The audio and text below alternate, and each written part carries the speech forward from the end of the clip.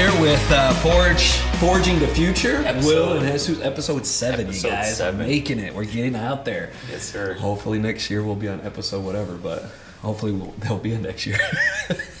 But we're chugging along. We're getting out there, forging the future. If this is your first time listening, you've got 6 other episodes to catch up on, so get to it. And definitely follow us. Please follow us. We're having a good time here. We're having fun. We do have a guest today, but before we get to the guests, as always, I just wanted to see how Jesus is doing. Jesus, what's up with you, man? I'm awesome, dude. It's a pretty good week so far. It started snowing today, which kind of sucks. Yeah. It's like we hadn't had snow in the past. And it's like that chilly, like there's a mixture of ice in there too. Yeah, so, not good at all. But hey, we live in Michigan, bro. Yeah, that's what it is. If you're that's not used to it, get used to it. All right. But so I mean, any plans for the weekend? Have you done anything fun recently, or? No, I want to sign up. I want to sign back up for jiu-jitsu. That's probably what I'm going to do. Oh, I didn't know you were into that. Yeah. No, I was for like a month, and then I stopped. So I'm going to try to sign back up for that, but we'll see how that goes. All right. Why are you into that? What was going on? Are you trying to defend yourself, or are you just trying to do No, just the art. Exercise and all that? Yeah, it's a good exercise, too. It's a lot of cardio. Cool. Mm-hmm. But how about yourself? I'm not doing any cardio. I'm not doing any of that stuff. I just found out a couple of weeks ago I got plantar fasciitis, man. So now I gotta stop the jogging. Yeah, you said that. Yeah. What is that again? So it's the tendons on the bottom of the feet. They're being inflamed. I'm getting old. That's all it is. So they're inflamed. So I wake up in the morning and I got a lot of pain in my feet. And so I went to the doctor and they said cut some of the jogging. So now I'm cycling now. It wasn't because you were sitting all day? It could be that. No, but it's just they said that's just something that happens. You get old and some people get it. So my dad does have it. So it's got to be genetics. Right. So it sucks, but well, it's what happens when you get old. Yeah. So I'm cycling a little bit now, and maybe I'll get into jiu-jitsu, maybe. We'll see what happens. But all right, well, that's it for introductions. Yes. Well, today we have a very special guest, Logan. You're the founder and president of Valo Media. Yeah, I'm stoked to be on here, guys. Thanks for inviting me. Yeah, we're very stoked for you to be here. So My first I appreciate question, you taking the time. Valo, is that a play on your first and last name? Correct. Yes, you're the first one that actually figured that out. Really? Yep.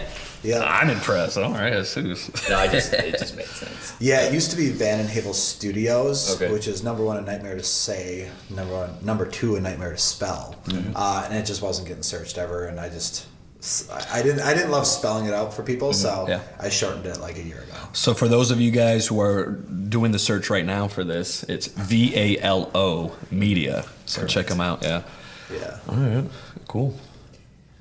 You got any other questions, Sissy? Not off the jump. Can you just talk a little bit about what Valo Media does, what you guys are all about, and that sort of thing? Yeah, so Valo Media started 4 years ago in 2019, and we started doing video. I've shot video for the last 10, 15 years. I've always loved shooting video. I come from an action sports background. Okay. And so wakeboarding, snowboarding, skateboarding, I was that kid in high school that had the camera everywhere and was always making the videos on the weekends, right? Well, that turned into like more of a career back in 2019 when I realized I could do it for a profession. I was an engineer for 6 years, and realized that I wanted to do video for like forever. Okay. So I started shooting some videos, and that formed Valo Media. And at that point, I was just doing like action sports stuff. But I realized that like people wanted weddings done, and then I started doing like more jobs for like gyms and fitness, and like it was right up my alley. I realized that like this is definitely where I want to take it. All right. So that's where it was for probably the next 3 years, and recently over the last year we've branched out more, offering more services. So I brought Nina on 2-3 months ago, and that helped me expand to, she like redid the website. So when you guys are checking out the website, she was able to do that. She worked at a marketing agency for a few years before coming to Valo Media, so she had a lot of expertise of being kind of a jack of all trades, right? So that helped Valo Media offer more services, but we've always been very video heavy, but want to grow more into like a full-fledged marketing firm. Nice. And offer everything. All right, and my ears cut out right when you said it, so you'll forgive me, but you said 6 years of engineering? 6 years of engineering, yeah. Okay. Yeah, I worked at Johnson Controls doing automotive engineering. We built prototypes for auto shows, and it was a sick gig. Yeah. It was really cool, actually. Got to run some really cool CNC machines, and I've always loved building stuff with my hands. Right. Went to school for it back in Wisconsin where I grew up, Okay. and moved to Michigan in 2014. All right. And worked for them for about 6 years, and then left in 2020, I believe. That's quite a jump, though, from engineer to going into media. Huge jump. Yeah. I had to talk with a guy yesterday about how weird it is to go from typical engineer, math geek, like not very social, to a very social, creative industry, right? Yeah. And I think that I realized that like the engineering that I was doing wasn't a typical like chemical, mechanical engineer. It was a prototype engineer. So you had to be really creative thinking on the very beginning steps of how something was manufactured. Okay. And so, it was kind of the artsy side of engineering. All right. Yeah. Well, go ahead, man. So you were wakeboarding, and then you got sponsored by GoPro, right? Correct. How did that happen? To get sponsored by such a big company like that? Well, at the time they weren't big. So this was back in, I don't even know when they launched, maybe 2010 or maybe before that. But I was working at a cable park wakeboarding. Do you guys know what a cable park is? Mm-mm. So imagine wakeboarding getting rid of the boat.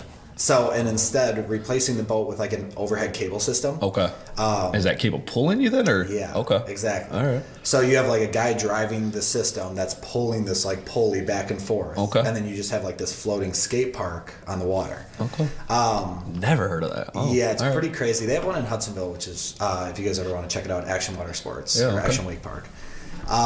But I grew up on the water, always wakeboarding, doing those action sports. So when I started to compete more, I looked at, what kind of sponsorships can I get? What was it? A board sponsor, like a life jacket or a vest company or a helmet company.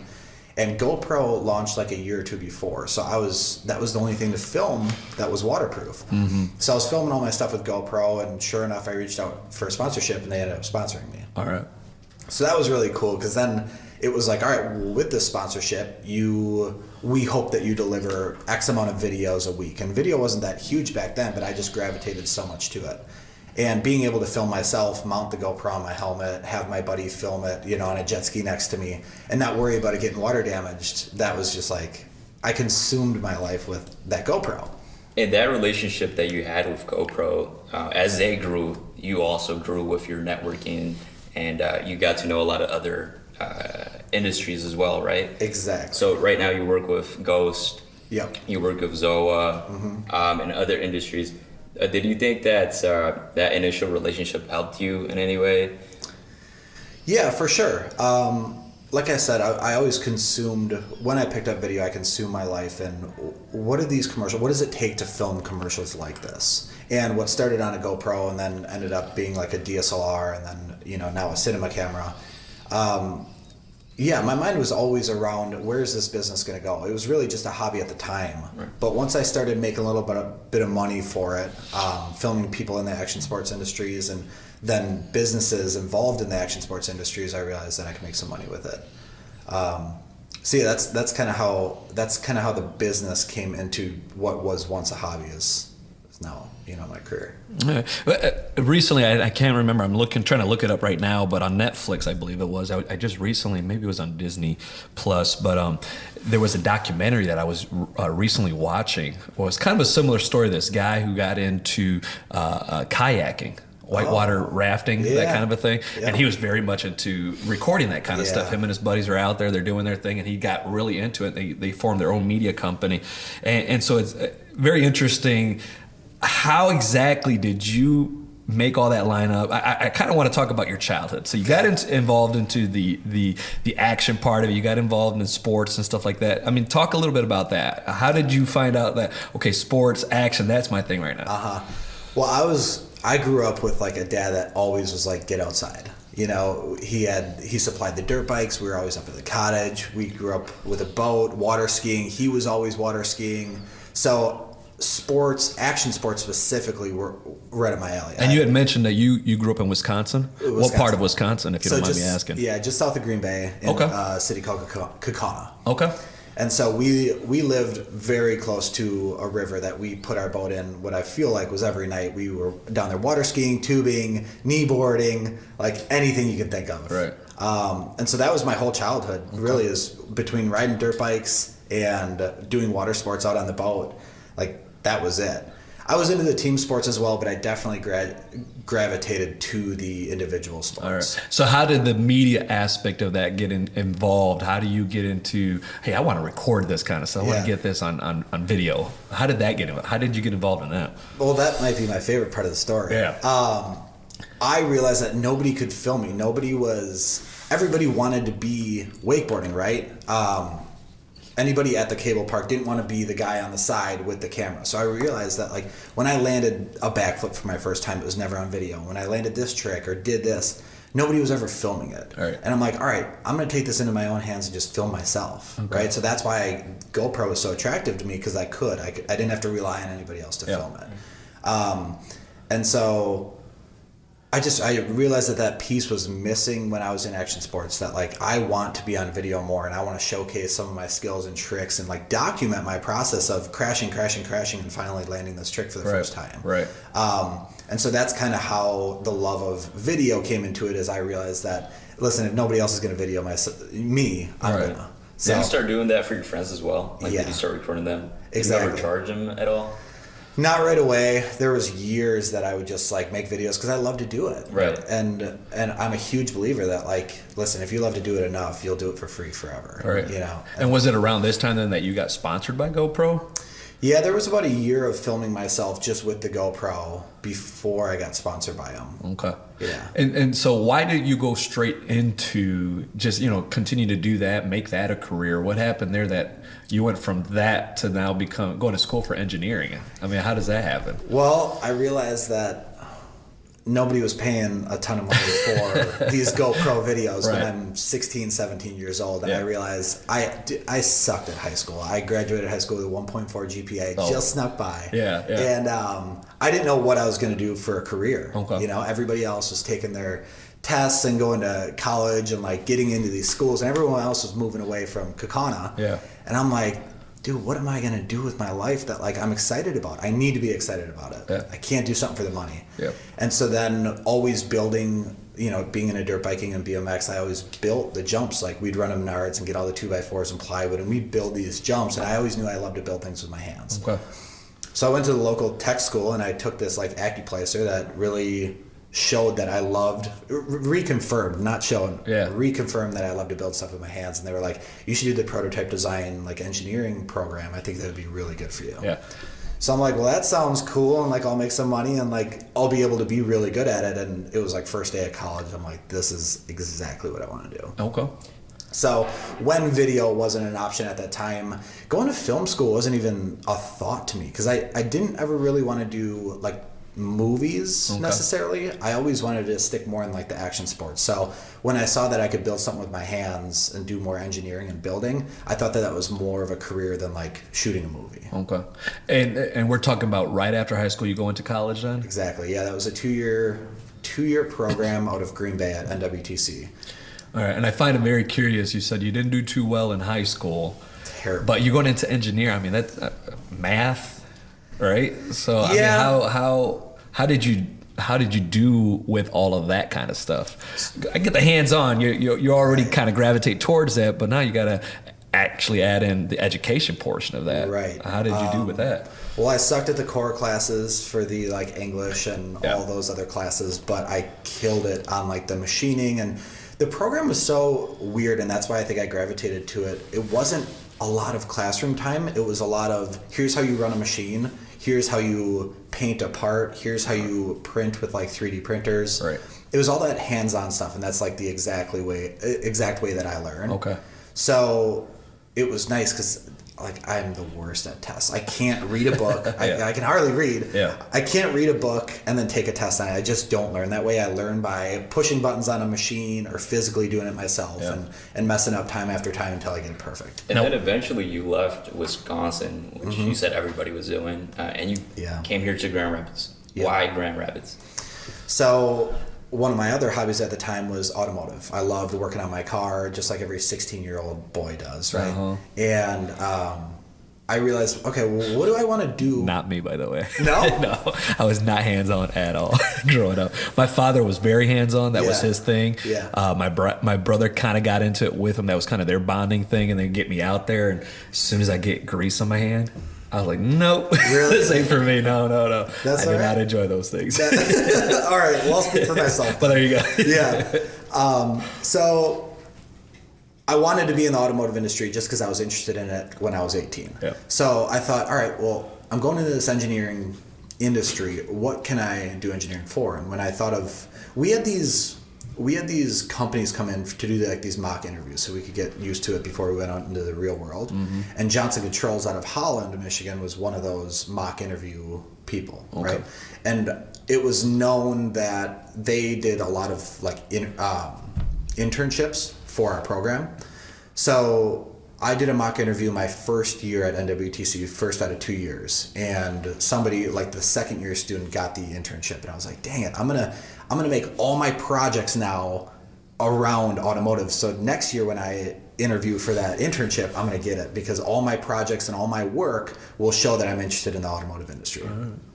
So I committed the next year to focusing all my projects, all my schoolwork toward the automotive industry, interviewed for that, got the internship. So that's what made me move over to Holland, Michigan. And that was a 3-month internship in 2014, I believe it was. All right. Yeah. So you leave your family, move to Holland. Was that a big change? I mean, I don't know how similar. I've never heard of the city you're from. So right. Yeah. I mean, it's a small city. Okay. It's a very small city. And Holland is not huge. So right. Yeah. And I mean, I'm the youngest of 4, and the other 3, it was teacher, nurse, firefighter, and then engineer, right? And so everybody was in the hometown. I think the furthest one was like Milwaukee, which is like an hour and a half away. Okay. But everybody was staying near, and of course, I have to like... You're the one that leaves. Yeah. I'm like, well, I got to do something different, right? Yeah. So I don't know. I had some friends still in Wisconsin, but I had no problem with adventuring out, moving to a new city, and just figuring it out. And when I saw that, they had a cable park in Grand Rapids, I was like, yeah, I'm definitely taking this job. My wife currently, she finished her first, so she got her first diploma, associate's degree. She's going in for social worker. And one of the biggest challenges she was facing were these core classes that you had mentioned earlier, where she was like, I don't need these. I don't need these classes. I just want to go in for social work. I just want to focus on that. Yeah. And I do find that, not to knock the U.S., but I do find that education system here in the U.S. is kind of funny like that, where they're forcing you to take these classes. You're like, I'm never going to use this in my career. For sure. So you're going back to those college days. What motivated you to stick with it? And you said it was about a 2-year program then? Yeah. Okay, what motivated you to go ahead and finish? I like to bring these things up because some of our listeners, this is really about how people get their business started, how they stay motivated, how they get, and I want you to be able to inspire those people who are maybe in that process right now. What exactly motivated you to keep going and finish those core classes? So I'll answer that, but the first point I want to make is that I think those core classes, even if it's not about the information, it's teaching you how to pay attention and learn for something that you're not interested in, right? And I think that's a really core thing. Not everything in life is going to be interesting to you, but for you to show up to something that you're not excited about or that you don't naturally get, I think it teaches you a lot to get into a routine and figure out how to learn the hard things. Wow. Right? So that's number one. Yeah. What was the actual question? What motivated you to keep going, to finish? Well, number one, it was kind of my only option. Yeah. Right? Why was that your only option? Well, I didn't have the grades or the education to back up doing a different program. It was the first thing really career-wise that excited me. Yeah.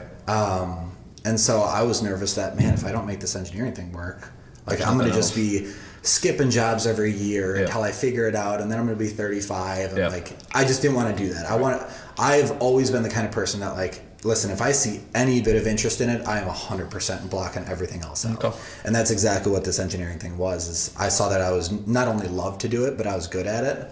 And I mean, when you're good at something, especially when it's in school and you realize you worked, I guess I could say I didn't really work that hard in high school. I was more messing around. But what came so hard to me in high school now came so easy to me. And I was getting good grades and I was doing awesome projects and I was having so much fun with it that it really just comes down to finding exactly what you love in life. And the only way to do that is to try everything. Boom. Now, were you still doing videos on the side while you were in college? Yeah. I let up a little bit in college just because that kind of consumed a lot of my time. Obviously, summers we were still wakeboarding, we were still doing, in winter we were still snowboarding, but kind of let up just because I knew that the engineering thing was going to be my career at that point. So from high school, when you have a lot more time and the weekends and everybody's there, well, now everybody moved away from Kaukauna, so I didn't have a whole lot of people to shoot the videos with. Right, yeah. So that's kind of why I focused more on the engineering for those few years. All right. So you moved to Holland, Michigan. Yeah. You worked with this company for 6 years in engineering. What gets you back into the media that you loved 6 years before that, right? Yeah.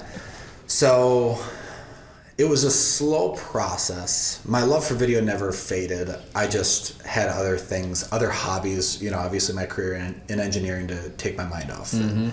However, I realized that, man, I'm making some good money. What do I want to spend this on? Mm-hmm. Right? Because I'm not saving it. Right. So I go, what do I want to spend it on? And I was watching a lot of Peter McKinnon at the time. If you're in the video industry, you know him. He's like one of the biggest YouTubers. Okay. And he does a lot of like tutorials. And he had this camera. It was 1DX Mark II. It was made by Canon. Mm-hmm. And I always watch his videos. And I'm like, man, that is the next step. I always had these fisheye GoPros that like were cool, but I would watch these wakeboard films and Red Bull films. And I'm like, what is the difference between the GoPro and something else? And it was that DSLR. It was the shallow depth of field. Mm-hmm. It was everything that went into making those films. I wanted to buy. Mm-hmm. So I just dropped a few paychecks on the 1DX Mark II, my dream mm-hmm. camera, and the lenses and the drone and like whatever I wanted. And right. I'm like, cool, now I'm set up. I don't have an excuse that my gear is holding me back. Okay. I have the creative eye for it. But and I don't mean to interrupt you, but were you still doing a lot of the sports stuff here in Holland now? What did you pick up when you got over here? Are you still doing the wakeboarding? Yeah. Okay. So because they had a wake park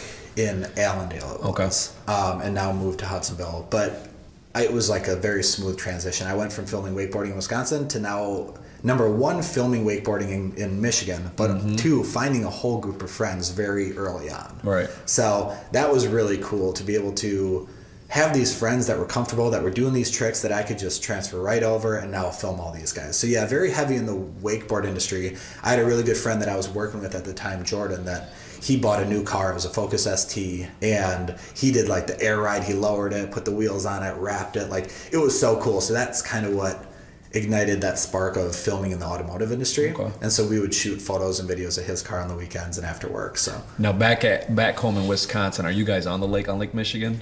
No. Okay. Kaukauna was about an hour from Lake Michigan. Okay.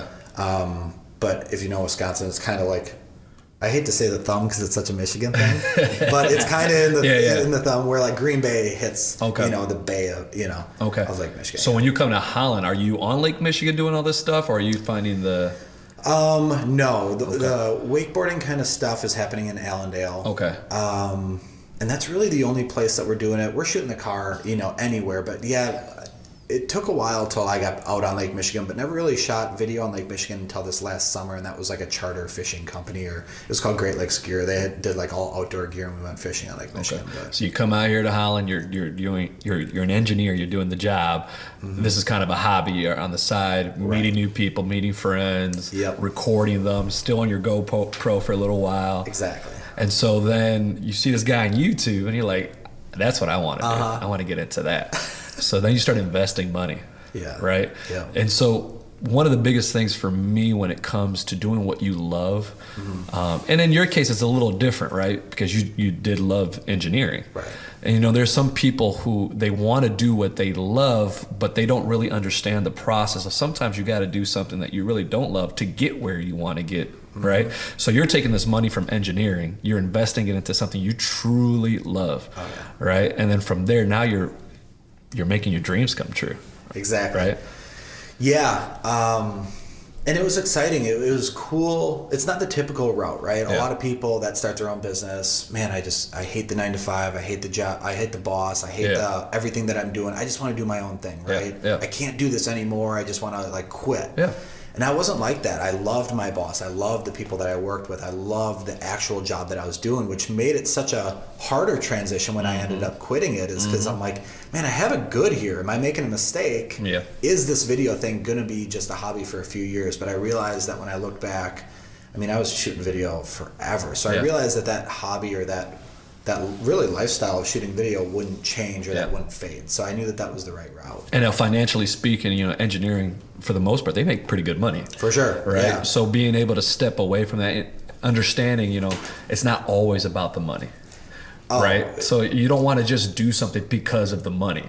And so in your case, you're stepping away not only from something that you did love, you're also stepping away from that financial stability into something that you're kind of like, I don't know what's going to happen here, but I really love this thing. Yeah. Talk a little bit about that and how, I guess I just want to understand the mentality. 'Cause to me, that's brave. I mean, that's really brave. I have a hard time with change. Yeah. So how do you make that step and say, yeah, I'm going to do this? Well, first off, I love change. I love that helps. And I think that's what makes me a business owner, is loving that process of being uncomfortable, because I know that there's growth on the other side of being uncomfortable, right? Yeah. But at the time, so I dragged my high school girlfriend, college girlfriend, over here to live with me, and she was from Wisconsin as well. Okay. And she was having a hard time finding a job, and I had this engineering career, like perfect path. Like I was like, cool, I'm gonna be an engineer forever. Right.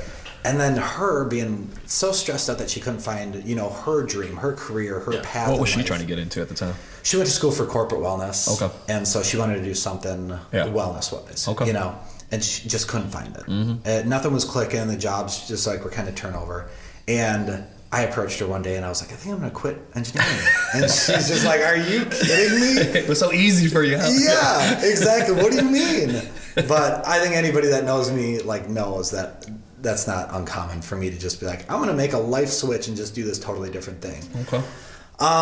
It's never been about the money. I wasn't the only reason I was excited about the engineering job, like the money I made, is because it supplied me the camera equipment. Right. Like if the camera equipment was free, I would not have cared if I made $10 an hour at that engineering job. Right. I just had to pay my bills. Money is just the last thing that matters to me. Yeah. I love just living life, like buying whatever equipment or doing whatever hobbies or pursuing whatever passion you have. It's just so much important than having dollars in your bank account. Yeah. So so you start your business. Who was your first big client? Title Boxing Club was probably my first one. Yeah. And Familiar with them? Yeah, they're a franchise. And so I just went in there and was like, hey, I'd love to do a video for you guys. That's kind of how the whole thing started, is I would go into businesses, I would shoot a video of like a fitness class, or I'd go into a bar and say like, let's make a cocktail, and I'll shoot a video of it. And that really, I found a lot of success in that people were interested in that. You did it for free. They had nothing to lose. You shot the video, you edited it. Turnaround time was still like that night, because I'd stay up through the night, edit it, and they'd see something the next morning. So not only did it show that like, man, I love to do this, I'm good at it, Right. I have a quick turnaround rate. But yeah, doing Title Boxing Club really helped me develop that business, and just dealing with clients, and finding a new love of like doing fitness, right? I came from an action sports background, and I did a few wedding videos, and like wedding videos, like they were so slow, and like your creativity wanted was action. a little bit limited, right? So then you got into the fitness industry, and you're like, oh, cool, this is that high action I get from wakeboarding, snowboarding, of people that are like just pumped up, high action, fast camera movement, stuff like that. Well, so going back to his question, so you go from, okay, I bought the camera, I've got the stuff. Do you just go right into it? You quit your job and just get right into any kind of media? What exactly, do you have a plan? Do you have, okay, I'm going to stick with engineering for a little while, see how it goes here. What exactly did that look like? So in the beginning of 2019, I told my wife, like, I think I want to leave, engineering. Now this is the college girlfriend. Yeah, exactly. Now wife. Okay. Yes. All right. Yeah, now wife. Right. Yeah. And she's, I told you her response. Yeah. And she's like, man, you just kind of switch your mind sometimes. You get into these weird hobbies for a little bit. And I said, all right, here's what we'll do. I will commit 1 year. I'll commit all of 2019, and I will work as hard as I do in my engineering job on my video thing. I'll work 40 hours both places. I'll work 80 hours, right? Okay. And if I don't replace the engineering's salary by the video stuff, then I won't leave. In 1 year. In 1 year. Okay. Working full time as an engineer. Okay.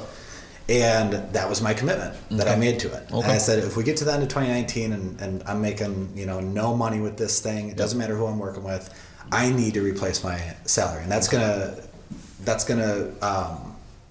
give me that ability to quit my job. Is this the beginning of 2019 then? That you're making this? Okay. Yeah. So I did. I set out and I got Title Boxing Club in January of 2019. Okay. Started doing all of their stuff and got on a monthly retainer with them. So that really helped. So I'm like, that's pretty quick. Cool. Like there goes 25% of what I had to make because I can just do it on this client alone.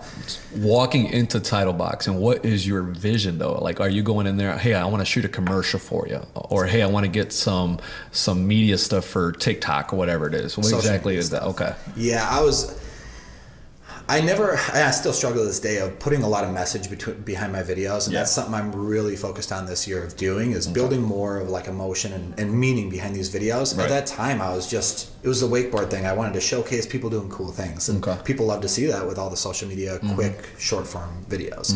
So that's kind of what I pitched to them is I filmed, an event or whatever it was, a class, and he loved it, and he's like, could we get 4 videos a month? And I got lined up with him, and that filled a lot of my time. So that was cool, and then I just kind of scaled that to other companies. Now, would you say that was luck? Because for you to walk in, here's this guy, and I know title boxing. I mean, they've got quite a few gyms, right? So, for sure. So he's a successful guy, and then you got this kid coming in and say, hey, I want to shoot some stuff for you. Let me get a chance in here. I mean, how exactly did you convince him to do that? Yeah, it's a lot of luck and trial and error. Yeah. I mean, there was 8 people before that didn't work out. Right. There was car dealerships that I'm like, I'll take pictures of all your new cars and do videos, and I'll hype videos of them or whatever, and I'll help you sell all your cars on the lot. So I did that. I'm like, that didn't work out. Okay. I went into a few bars, and that didn't work out. And went into restaurants, that didn't work out. So, when I say this story of, hey, I decided to commit myself to it, and the first person I walked into gave me a monthly contract, it's just not how it was. Okay, so there was some failure before that. Oh, for sure. Okay. But it was very quick failure. I mean, it was 2 weeks of trying 10 different people and all failures, and then I finally got Title Boxing Club. Sweet.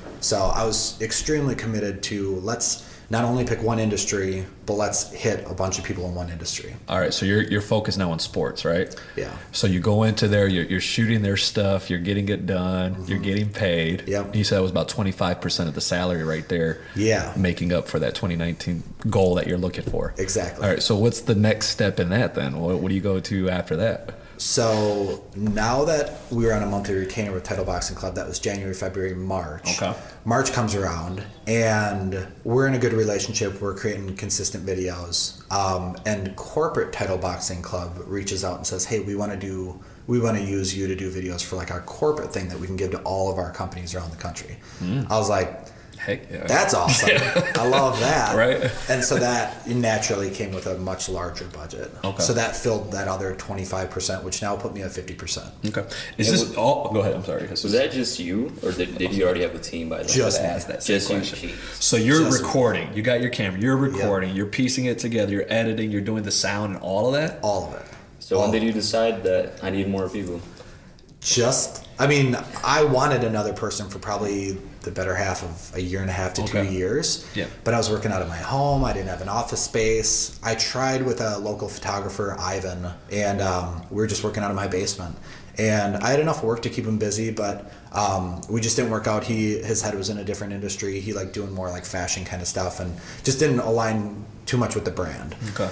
So then he left, and I sat another probably 6 months by myself in my basement thinking like, man, I'm buried with work. I need to get somebody else that'll help me with it. You're doing 40 hours of engineering at the same time, right? Exactly. So, I got to imagine. And is it just you and your wife? No kids or anything, right? Right. Okay, right. so that helps out, right? Exactly. Yeah.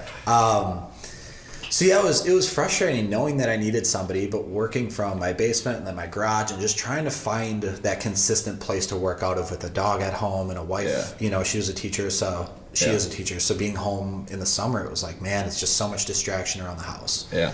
So I met Kyle. Well, I did a job for a tequila brand called El Bandito, and that was at Berlin Raceway, and I met Kyle, the owner of Sip Shine, this local moonshine brand. Oh, we just met with Kyle from Sip Shine 2 weeks ago. 2 weeks ago, we did one with him, so that's awesome. So we got talking, and he wanted to know more about Valo Media, and I said, man, I'm just really looking for an office space. I need to get out of my house. I need to hire somebody, and I just can't out of my house. Yeah. And so in September of last year, I moved into the same floor as them. So now Valo Media has an office space like right next to Sip Shine. Okay. So that gave me the ability to put up a job posting, look for a videographer, interviewed a lot of them. A lot of guys that wanted to shoot video, but mainly did photo, and it just, nobody really clicked. Nobody clicked where I'm like, man, I trust this person with my business 100%. They're on brand. They see the vision. They're willing to invest. They're not just showing up at 9 o'clock, wanting to go home at 5 o'clock for that paycheck. It's just time and time again, interview after interview. And I'm like, I don't know how to interview. I've never done it before. So it was that process too of like, am I doing something wrong? Am I asking the wrong questions? What am I doing to keep people from working from Valo Media? With Valo Media. And so then when I interviewed with Nina, I knew of Nina because I did stuff in the fitness industry with SweatNet, which is this community of you get this membership and you go to all these different gyms, and I did video for them. And so I knew Nina launched a yoga mat company and was one of the sponsors, or had a little pop-up at one of the SweatNet events. And so I knew that she was in the fitness industry. I knew that she ran her own business, and when she applied for the job, I was like, all right, there might be something here. She gets it. She sees the vision. Yeah. So then we interviewed, and I was like, yep, whatever you want, you're in. I need it. Yeah. So you said that Nina brought like the strategic aspect of things to your business, right? Yep. What exactly is Nina taking care of in regards to your business? A lot. Yeah. She helps me focus on just creating video and man, everything that distracted me, everything of like managing people's social media. So she schedules posts. She's a great person to like brainstorm on ideas of, all right, we have to do this cocktail series. How do we shoot it? What's the meaning behind it? She keeps me on brand for all of the videos that we shoot. She's really good at managing like client relationships. She just does all of the work that like I didn't want to do. And right off the bat, I thought, all right, well, I need a video editor, but now you're doing all this other stuff. Well, that helped me just focus on the video and not have to do all that other stuff. So it did free up my time, but it didn't give me another video editor. So that's currently what we're looking for right now. Now Nina is in the studio today. I don't know why she's not on. I haven't said anything bad. Why is she not on the mic? But Nina, they can't hear you. I am interested. The education aspect. Did you come from education? I'll repeat for everybody to hear what you say. But did you go to school for that? I did. I got a bachelor's in advertising and marketing. All right. But then I actually went on and switched industries, got a master's in health and wellness management, worked in corporate wellness for a couple of years, started my brand, and wanted to get back into the marketing and branding side of stuff. So that's what brought me to Logan. And I know Jeff and Spencer want to choke me right now because they're like, that's just a bunch of airspace right there. But she did go to school, by the way. Okay. She did go to school, for those of you who can't hear it. She did go to school for that. So you come in, so Nina comes in, she fills in that gap for you. Yeah. I kind of want to, because she has education that backs her part up. You're doing the editing and everything. Where did you learn how to do those things? Where exactly did you pick that up? YouTube. University of YouTube. Okay. When I committed to that full-time doing the video thing back when I was doing the engineering thing, I committed to not watching TV. Yeah. I didn't want to waste any time on consuming anything that I could spend learning. Right. And so I watched YouTube videos every single night. Wow. At work, podcasts of how to shoot better video. It was nonstop of like, that was my education 24/7, whether it was in my ears listening or watching YouTube videos or in the field practicing this stuff. That's my whole education. So I don't have a degree in film or anything like that. I just learned everything off YouTube and trial and error. Is that why you started your own YouTube, to teach people as well how to shoot and edit and that sort of thing? Exactly, yeah. I wanted to figure out another way to not just fill my time, but also test another, whether it was a stream of income, a different way to get clients, a different audience to reach. And I knew that I had some skills that I spent so much time learning, hours, days of watching YouTube, that now possibly I could insert my personality into all these skills and hopefully make it a fun learning educational platform for people that wanted to learn video. Me and Jesus, we both work with a staffing agency, Forge Industrial Staffing. So we come from that type of background. Where we do go out and we kind of educate people and trying to teach them, look, school's not for everybody. We understand that. Yeah. Not everybody loves college. I'm not knocking it. I went to a university. Jesus, I don't know if I know you're doing some college, right? Yeah. Nina comes from that kind of background. Great. But then you've got people who don't come from that do not want to have that, right? And so we're living in a generation nowadays, and I think you're the perfect example is there's no excuses. Right? Well, I can't do this because I don't have enough money to go to school. Well, there's no excuses. Anything. Right? You can learn it all online. Yeah, You just got to find the motivation, the time, and the dedication to do it. And I think you're the prime example of that. Well, and like you said, you got to find the time for it. Everybody has the time. I don't care how busy you are. You put it in your ears when you're cleaning the house, you're working at your job, you watch a video. I think that people not having the time is like the worst excuse in the world. And I people think have the time. For those people who do say that, but then you got to start prioritizing what is important to me. In your case, you said, you know what, watching TV and filling my head with nonsense isn't valuable to me. Yeah. So I'm going to cut that out so I can make time for these other things. And so I think that is important for some people. If you don't have the time, we'll find it. There's no excuse. For sure. And college is a great route for so many people. Yeah. It develops social skills. It gets you in a perfect path. It traditionally will promise you a job after the 4 years. Yeah. It's less and less likely now. But with social media, with YouTube, with all these different ways to learn, and I'm a very visual learner, so that's why YouTube worked so well for me. Yeah.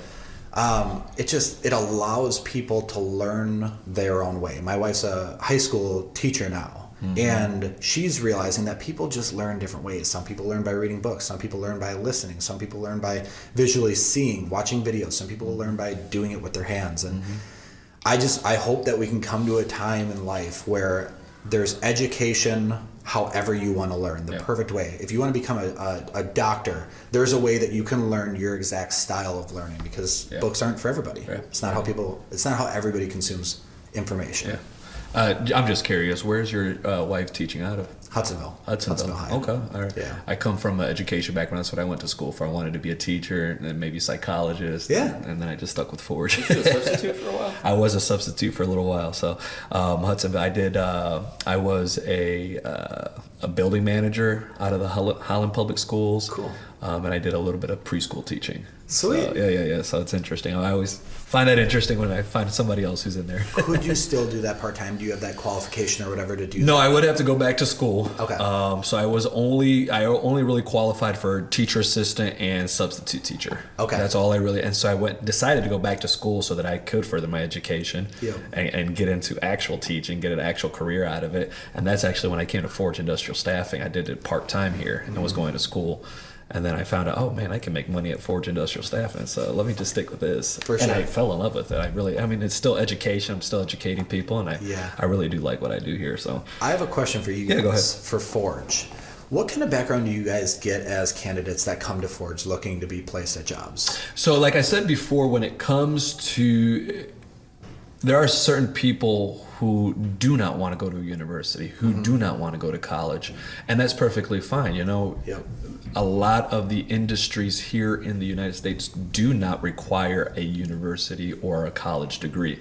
All right, and we talk about automotive industry. We're talking about that kind of stuff where you're on a line. We need those people. And there are people who are perfectly happy with that kind of career. They're perfectly stable when it comes to those types of career. Yeah. And so we kind of fill in that part of it. There's kids who come in at college, high school, who don't know what they want to do yet. Yeah. And so we're kind of like what you said when it came to those core classes.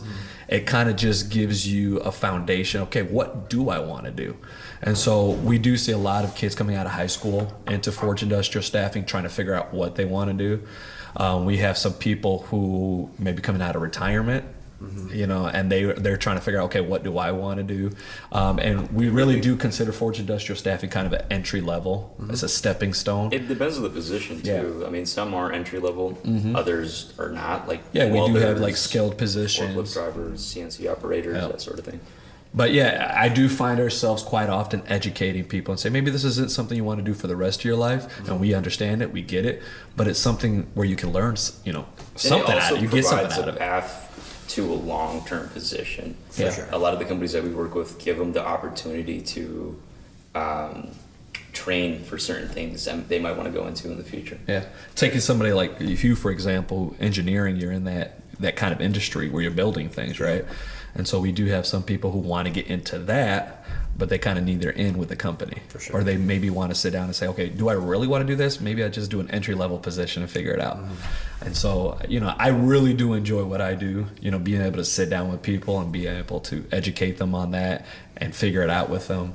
I love it. I really do. So Logan, back to you working with like these big clients, what is one of the most challenging things that you've faced when working? What is one of the biggest clients that you're working with right now? Kind of segueing off of that. I would say between GNC, the nutrition company. Wow, okay. And Sipshine.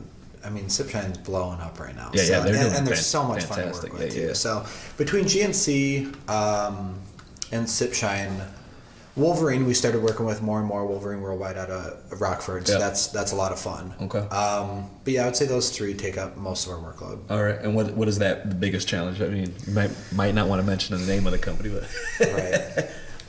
Man, what's the biggest challenge? Like, does it come into an agreement on creative things, getting the story across, their message across? I think I have my own roadblock in my head that I have to consistently be pushing the quality and like what my videos do, whether that's views, whether that's engagement, whether that's the story that it tells. That's always something that I go back and critique my videos of. Was this in focus? Was this camera movement right? I just always analyze my own videos and realizing that if the client's happy at the end of the day, then we did our job. Yeah. So it's not a very clear answer of like what's the. How do you create a story with your content? Like there has to be a step that you follow or process that you follow to create that story that they're looking for. Yeah, it comes down to like what do we want the video to do, right? Do we want it to just live on the website that we just showcase your brand? Well, then it has some bit of story, but mainly it's visuals just showcasing the different products in action, right?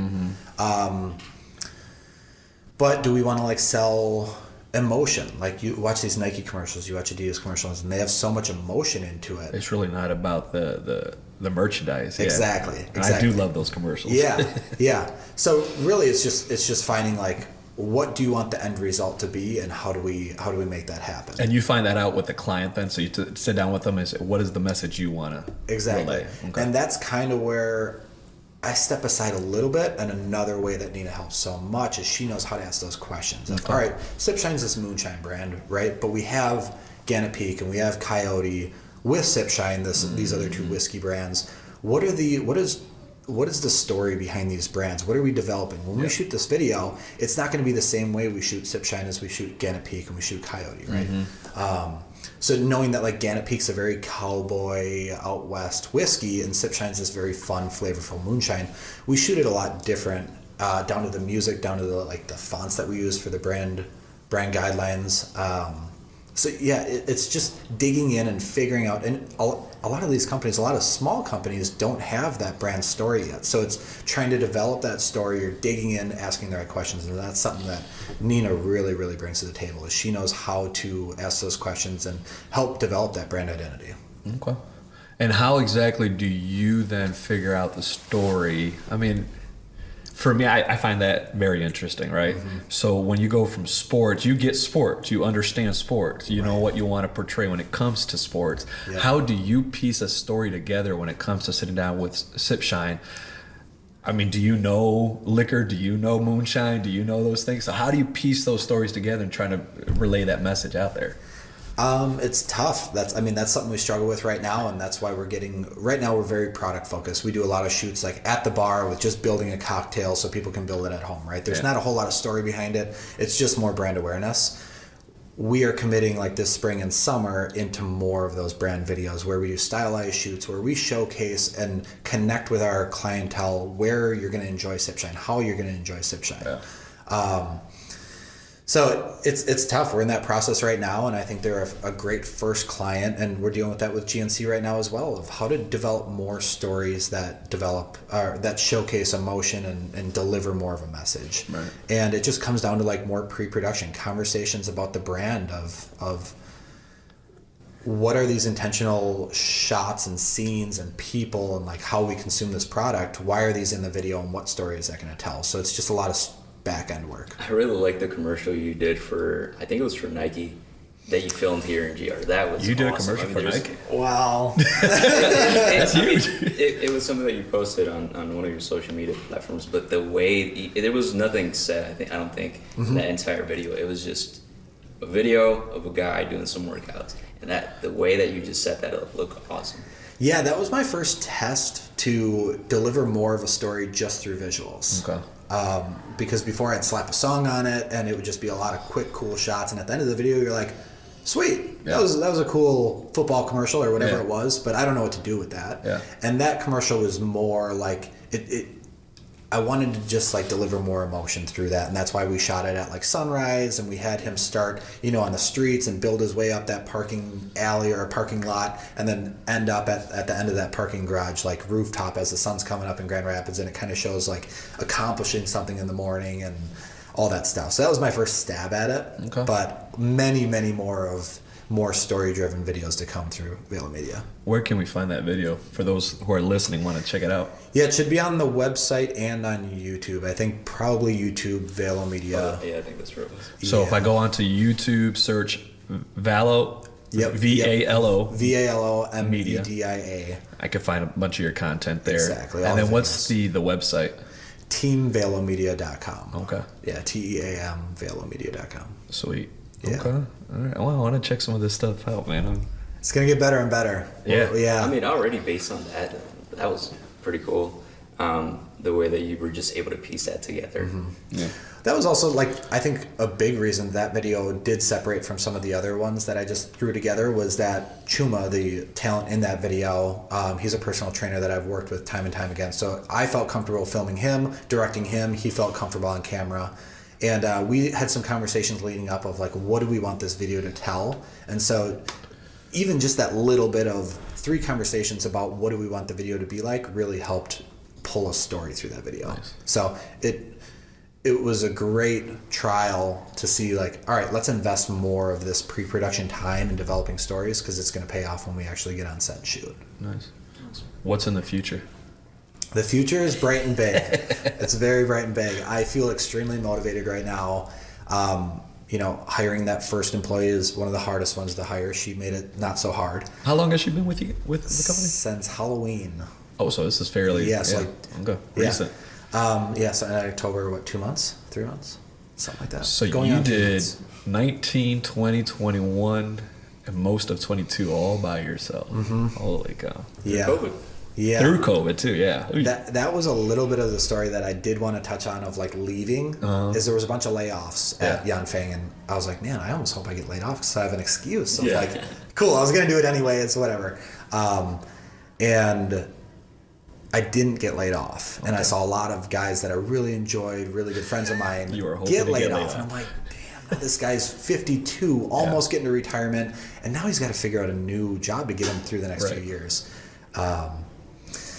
And so right after that, I realized I was like, I'm done. I'm done with this. I made my money. I ended up making, the salary replacement, and I put my 2 weeks in. How far into 2019 did you get before you made I that hit it in decision? October. Okay. So in 10 Nice. months, I hit that same salary. All right.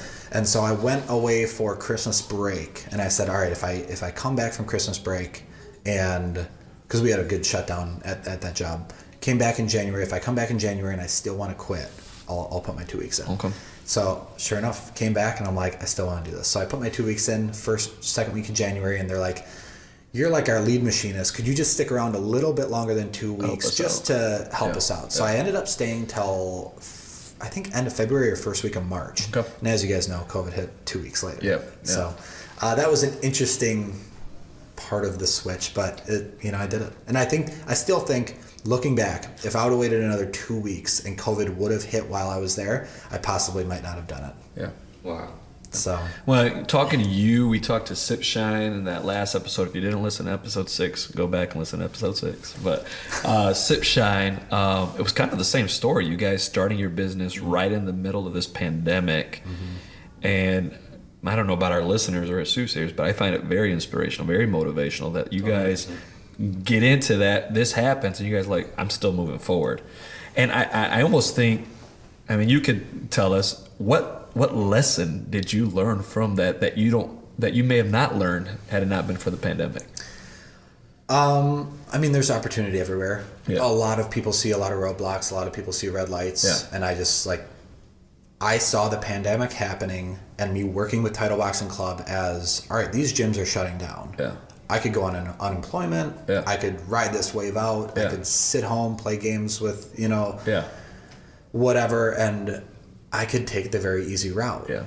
And that's kind of when the business owner of my mind kind of started thinking, and I'm like, let's be creative. How do we still serve these clients through COVID, where their business literally has to shut down? How can we help this client? Yeah. And I was like, well, online video. Let's make video of all their classes with all their trainers, and let's push out so people can work out at home.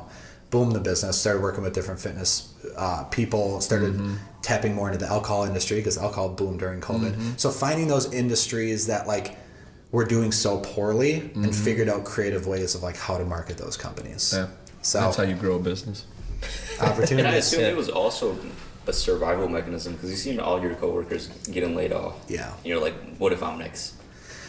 Yeah. Well, he wanted to get laid off. Right. So he's like, please be next. But also the fact that you didn't have to rely on your company for income. I think that was something that may have motivated you too. Well, yeah, and that was potentially the biggest reason I took the jump. Is I loved doing video. I knew that was the right path for me. What I didn't, and engineering, I love that as well. I just didn't have the control for the engineering. Yeah. I didn't have control of what I worked on, when I worked on it, all that kind of stuff. So here's your project. Get it Exactly. done. So I needed, the biggest reason I took that jump is to take control of my life. And if I wanted to go 80 hours a week, I could work 80 hours a week. If I wanted to switch my complete business from fitness to whatever, automotive, I could do that. Where engineering and working for somebody, you can't typically do that. You can't completely switch an industry of what you're working in. And so having the control was the most valuable thing to me. Yeah. And going back to the lessons you learned from the whole pandemic, I think that's an important lesson for everyone. Is if you want to grow a business, you have to learn how to to adapt to the situation. You had a plan. This is what I'm going to do. I'm already kind of involved in it. I know what I'm doing. And then pandemic hits, right? And instead of you saying, well, you know what, I'm going to ride this out and see what happens. You say, oh no, there's a challenge, there's an obstacle in front of it. How do I overcome that? How do I change the plan? How do I change the strategy so that I can continue to succeed? And I think that's important with any business. If you're going to grow a business, if you're going to be successful, is okay, we have this obstacle. I've got this challenge. How do I change it up so I can continue to be successful? And you learn things from it. In your case, I think, and you correct me if I'm wrong, but I think you kind of go outside the box now when it comes to imagining these videos, right? Yeah. I'm going in this direction now. This is happening. How do we get these people their clients? For sure. And doing it a different way. Well, it gives you, it's a learning experience to show that no matter what roadblock your client is hitting, whether that's a huge thing like COVID coming up, or something happens with their product, or whatever it is, whatever's going on in the world, there's an opportunity for you to get creative and switch the way you market their products so you can still serve them. Yeah, very interesting. Awesome. Is there any big clients that you want to work with in the future that you haven't with? Red Bull's always been the goal. It's always been the dream client. Coming from the action sports industry, everything they do is so cool. They have message, they have visuals, they have the athletes, they're doing the craziest things. You look at those videos and you're like, how does this sell more cans of Red Bull? They drink one can of Red Bull in the whole thing. Does this really, for this giant production of this guy building whatever they do, you watch 3 films from Red Bull and you're going to be like, how much money did they spend on this? I just watched the wakeboarding one this morning. That looked awesome, just how they were able to do all the things that they do. But I guess, it gives you wings. Well, that's the thing. Well, we know that the president of Red Bull is listening right now. So Logan is his name. Valo Media. So check him out. Someday. Give him a call. It will happen. Yeah, it awesome. Absolutely will happen. Fantastic. Well, we appreciate your time, Logan. We appreciate your time too, Nina. You guys coming out, talking a little bit about it. Again, give us the name of the website so people can find you. What is that website? Yeah, teamvalomedia.com. Okay. And then if you want to check him out on his tutorials, his other videos on on YouTube, Valo Media. Valo Media on YouTube, Valo Media on Instagram. Should be Valo Media across the board. Okay. Awesome. All right. Check them out, guys.